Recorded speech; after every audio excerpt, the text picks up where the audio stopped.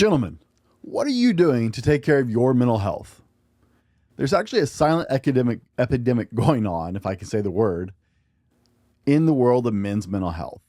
It's at a critical juncture. A study found out that 35% of men believe they've had a diagnosable mental health issue, and found that actually 77% of men have suffered from common mental health issues like anxiety and depression. So what are you doing about your mental health as a man? By the end of this episode of the Fallible Man podcast, you'll have 10 options to help equip you in your mental health journey. So let's get into it. Here's the million-dollar question. How do men like us reach our full potential, growing to the men we dream of becoming while taking care of our responsibilities, working, living, being good husbands, fathers, and still take care of ourselves? Well, that's the big question, and in this podcast, we'll help you with those answers and more. My name is Brent, and welcome to the Fallible Man podcast. Now, gentlemen, you don't have to do all these things that I'm going to lay out for you today. I don't have all the answers. That's a well-documented fact. And hopefully you probably have something you're already doing in your life to combat your mental health situation. And I'm not saying that you're all crazy or that everybody has mental health issues. I am saying that men deal with a lot more mental health issues than they're ready to share with the world. I've had my own mental health struggles over the years, so this is a topic that's near and dear to my heart and something we're really trying to bring into a normal conversation here on the Fallible Man podcast. Now, there are several options besides what we're going to share here today to help you with your mental health. However, the tools I'm sharing today are tools that I've used in my own life to help me on my own mental health journey as I've gone through it over the years. So I know they actually work and are beneficial, because if they worked for me and they work for people I know, then likely they're going to help you as well. By the way, my name is Brent, and welcome to the Fallible Man podcast, your home for all things man. Big shout out to Fallible Nation. That's what I like to call our longtime listeners. And the good news is the bar for entry, guys, is stick around, hang out, and enjoy the show. Big welcome to our first time listeners. Thanks for giving us a chance. There's a lot out there competing for your attention right now. And so really from the bottom of my heart, it means a lot to me that you've given us a chance. Be sure to connect with us at The Fallible Man on most platforms. I'm particularly active on Instagram. That's the best place to follow me. I'm also on Facebook. Be sure to reach out to me. Let me know what you thought of the show. I'd love to get your opinion and take on it and find out how we can serve you better. So without further ado, let's get into this list.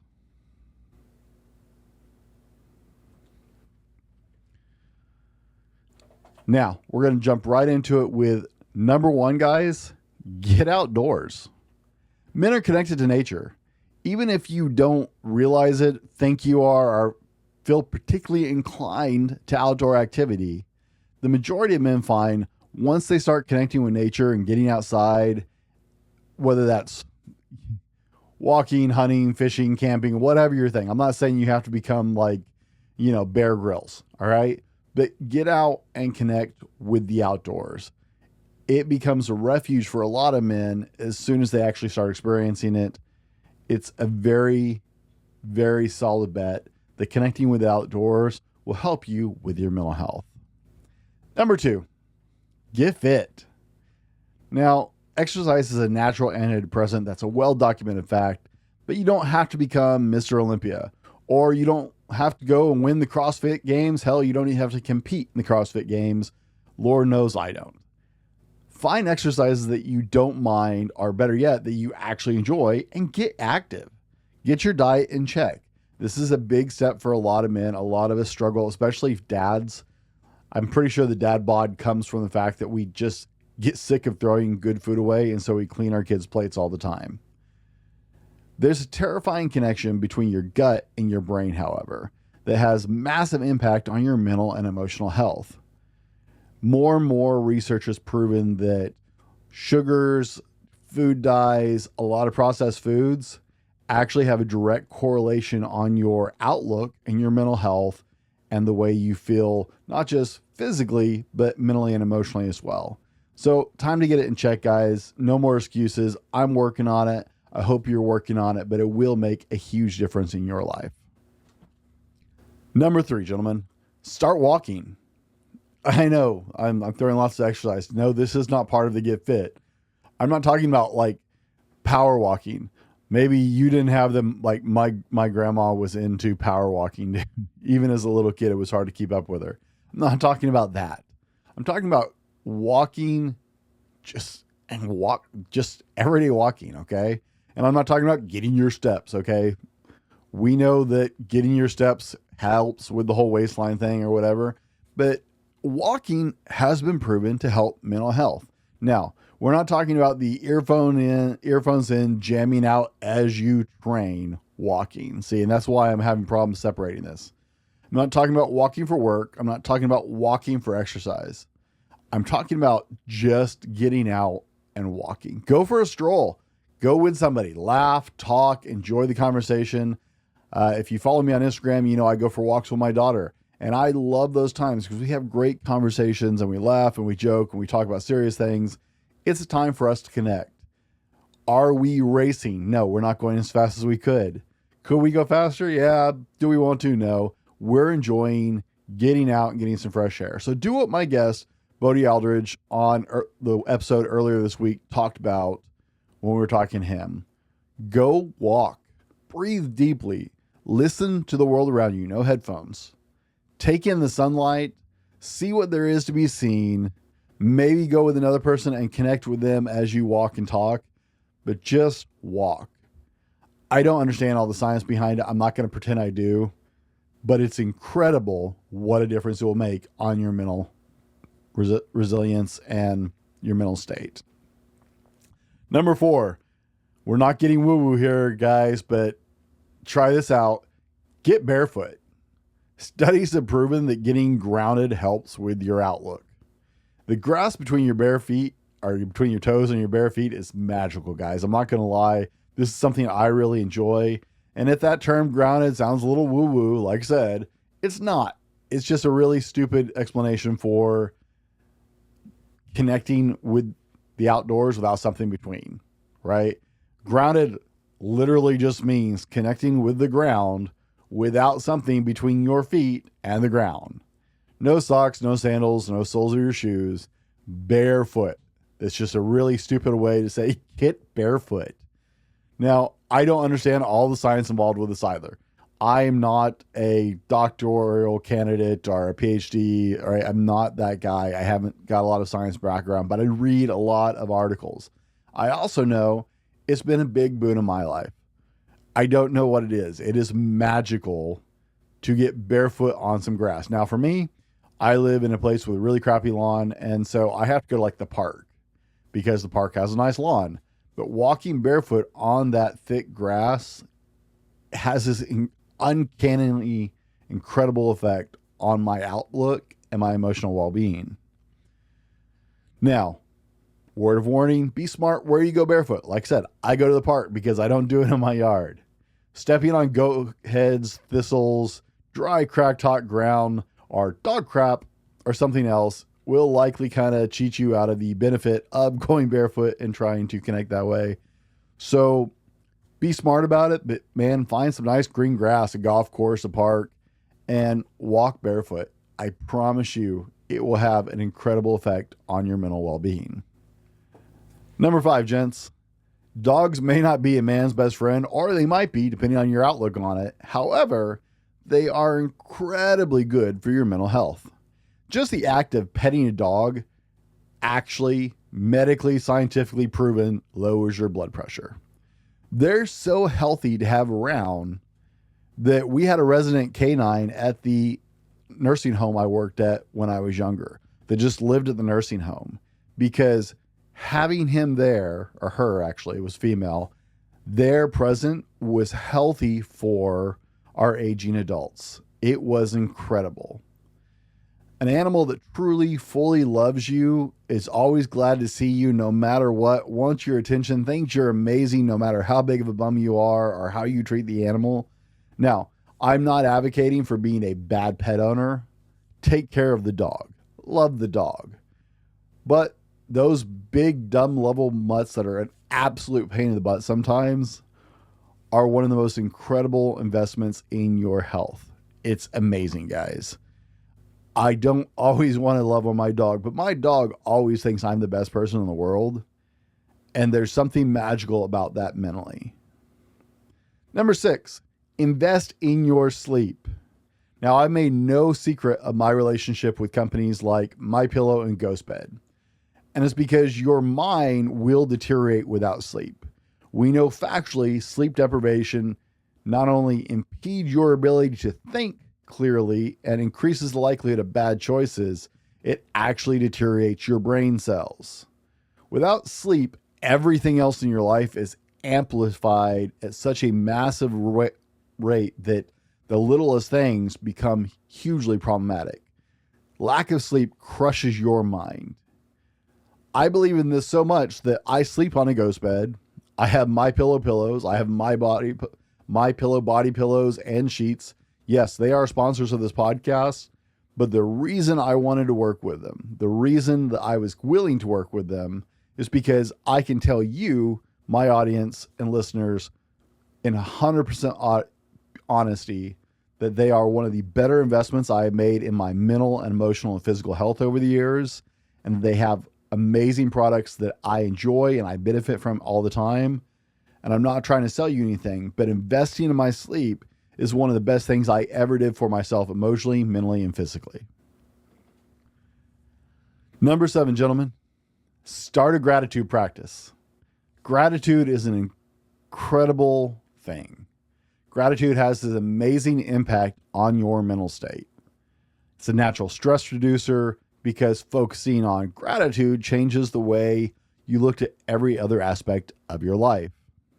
Now, I use a free app called Gratitude Jar. And if you watch the video, I'll put it here so you can see what it actually looks like. It's a simple, free, that's important to me. It's simple and is free and easy to use. Bonus, it has this really cool feature. Like, it's literally just a little jar looking animation, and you add something and it throws a star in the jar. But it has this cool feature where you can go back to your jar and you can shake your phone and it randomly pulls up one of the things that you've entered previously that you're grateful for. So when you're struggling to find the yay part of life, right, to see the glass half full, you have a list of things that you're grateful for already that you can go back and tap into. And it kind of helps give you this little lift. Now, I'm not affiliated with Gratitude Jar at all. I love the app because it's simple. I love it because it's free. I love it because it actually is beneficial for me and I use it on a regular basis. But you can do it a different way. You can write it down on a piece of paper. You can keep a journal if you like to keep a journal. I'm a computer nerd, so I have it on my phone, and my phone is always with me. But start a gratitude practice, because when you start to focus on being grateful for the amazing things in your life, the things that aren't so amazing or are difficult don't take near as much out of you. It's awesome. Number 8, connect with other men. A strong, positive group of healthy men to connect with can be all the difference in the world between making it and breaking. Brotherhood is at the root of men. I've done entire episodes on this multiple times. I did an episode on this with Brett Snodgrass and Jason Lang this season alone.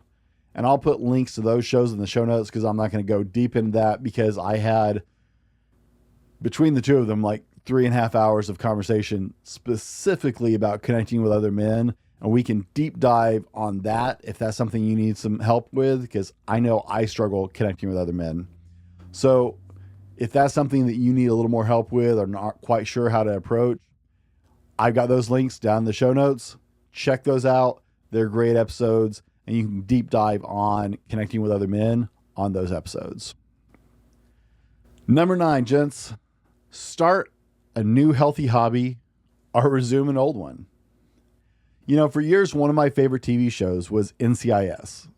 If you aren't an NCIS fan, the main character, Gibbs, almost everybody knows him, even if they don't watch the show.